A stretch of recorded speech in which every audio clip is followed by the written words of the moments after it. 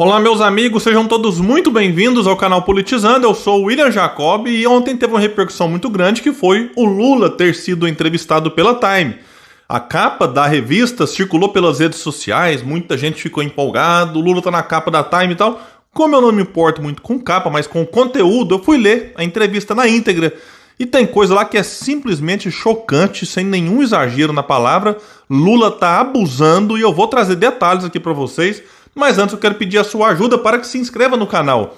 Se você chegou e não está inscrito e puder nos dar essa força, é super importante, assim como ativar o sininho, deixar like ou dislike, comentar, compartilhar. Tudo isso é essencial para que o nosso trabalho fure bolhas e chegue em mais pessoas e mais longe. Bom, pessoal, o Lula falou muitas coisas nessa entrevista sobre a guerra na Ucrânia, a idade que ele comeu o primeiro pão, sobre o casamento com a Janja, mas eu vou ficar na parte aqui da economia.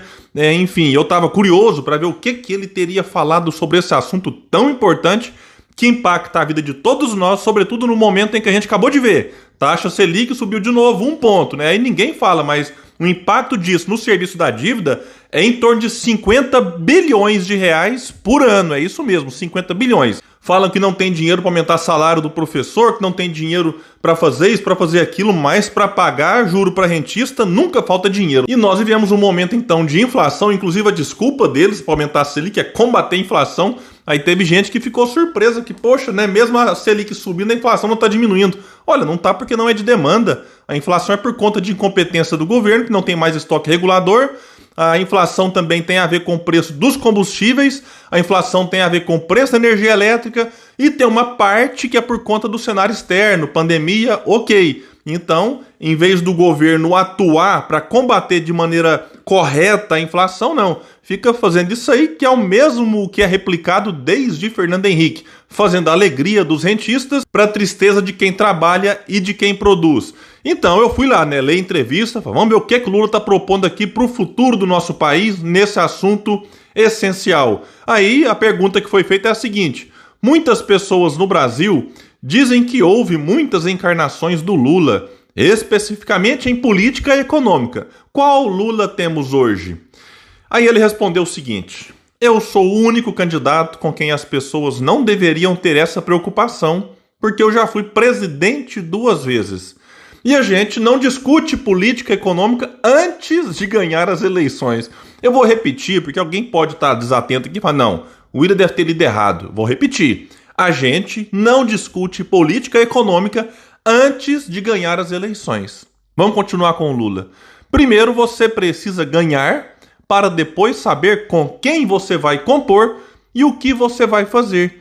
Quem tiver dúvida sobre mim, olha o que aconteceu nesse país quando eu fui presidente da República. O crescimento do mercado. Daqui a pouco eu vou falar o que aconteceu com Lula presidente. Aí ele disse que o Brasil tinha 2 IPOs. Eu fui aqui no Wikipedia para trazer a definição certinho. IPOs é oferta pública inicial, é um tipo de oferta pública em que ações de uma empresa são vendidas ao público, em geral numa bolsa de valores pela primeira vez. É o processo pelo qual uma empresa se torna empresa de capital aberto. Então, voltando aqui para a fala do Lula, no meu governo fizemos 250 IPOs. E ele disse mais, o Brasil devia 30 bilhões, o Brasil passou a ser credor do FMI, porque emprestamos 15 bilhões. O Brasil não tinha $1 de reserva internacional. O Brasil tem hoje 370 bilhões de dólares de reserva internacional. Vou fazer uma pequena pausa aqui, mas isso aqui levanta muitos questionamentos também. Existe uma propaganda de que não devemos mais para o FMI, mas aí mudou o tipo da dívida, Enfim, mas aí tem muitos especialistas nisso que apontam que o preço, para que isso acontecesse também foi muito alto para o país. Então isso aqui há uma certa divergência aí entre os economistas. Finalizou o Lula esse trecho. Então as pessoas precisam ter em conta o seguinte: ao invés de perguntar o que eu vou fazer, olha o que eu fiz. Vamos voltar então.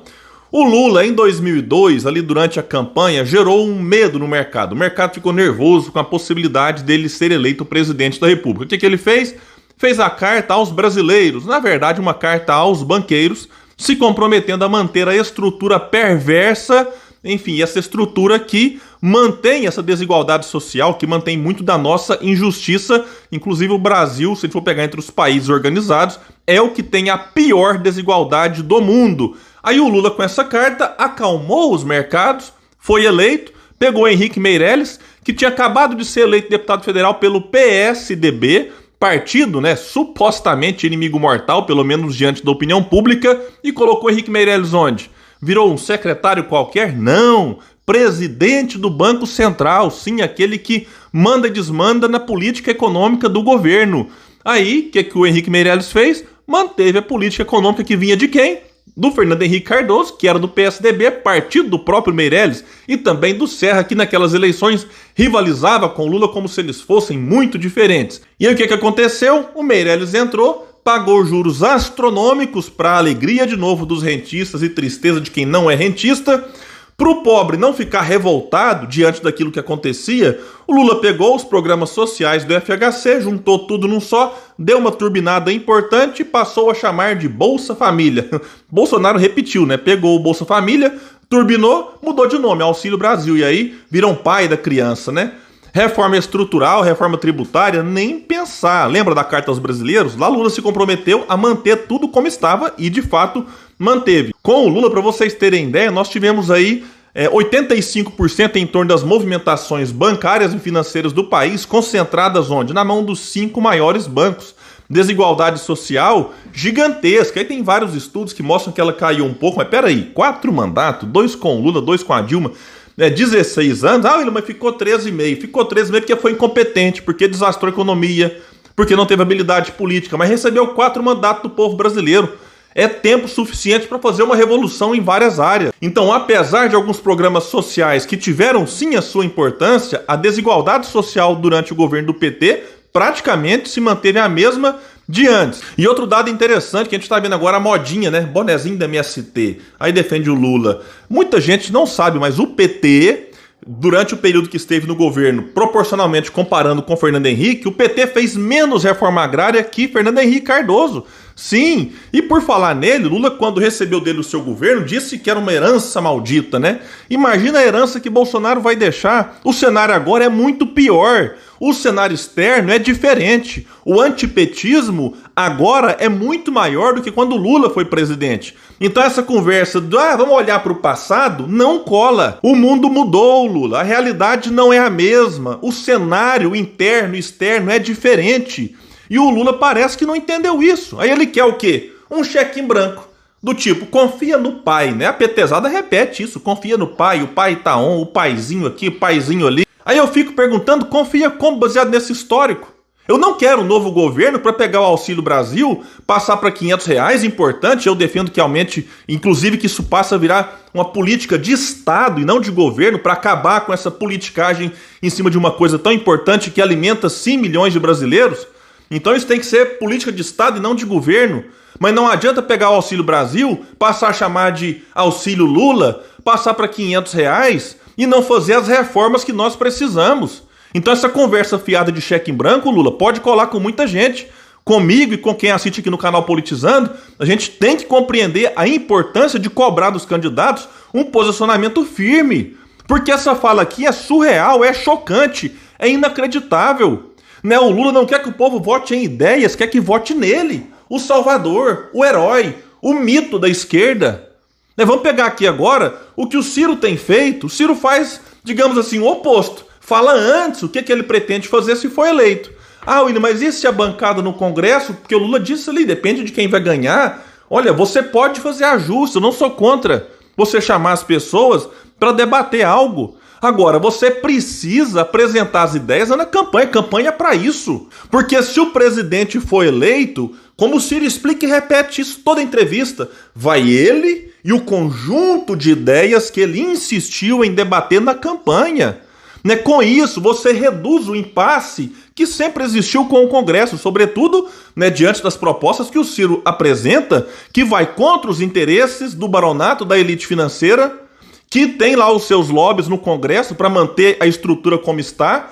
Então o presidente que apresenta as ideias, as propostas, para serem criticadas, elogiadas, para gerar polêmica se for o caso, porque muita gente acaba banalizando alguma ideia interessante, como o programa Nome Limpo, que o Ciro falou em 2018, aquilo é seríssimo, virou motivo de piada. E se você for estudar como eu fiz, você fala, puxa, não é tão difícil de fazer, depende do quê? De vontade política. Então é importante que o candidato à presidência da República, principalmente, Apresente as ideias antes, porque, insisto, sendo eleito, ele vai lá, né, chega no Congresso e fala, olha, eu falei na campanha, eu debati, o povo votou em mim sabendo, vocês vão ficar contra o povo? Agora, se é eleito sem ideia, que autoridade o presidente terá para cobrar do Congresso um apoio àquelas ideias que, nesse caso, nem foram exploradas na campanha? Então, sinceramente, é mais uma fala lamentável do Lula.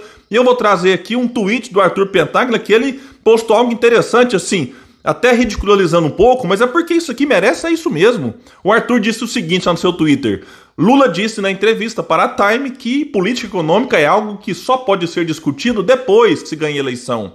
É a primeira vez na vida que vejo um candidato propor um chá revelação de programa de governo. Coitado dos economistas que estão fazendo o programa dele. É isso aqui, apesar que algumas coisas o Lula até já disse, inclusive que pretende manter o presidente do Banco Central colocado por Bolsonaro, caso ele, Lula, seja eleito presidente da República. Bom, pessoal, então é isso. Eu vou estar aqui sempre atento a essas questões para trazer algumas reflexões para vocês. Se puder, compartilhe esse vídeo, grupo de WhatsApp, Facebook, Twitter, manda no direct do Instagram. Tudo isso é muito importante para que o nosso trabalho chegue mais longe. Pessoal, valeu, eu fico por aqui, até o próximo vídeo no canal Politizando.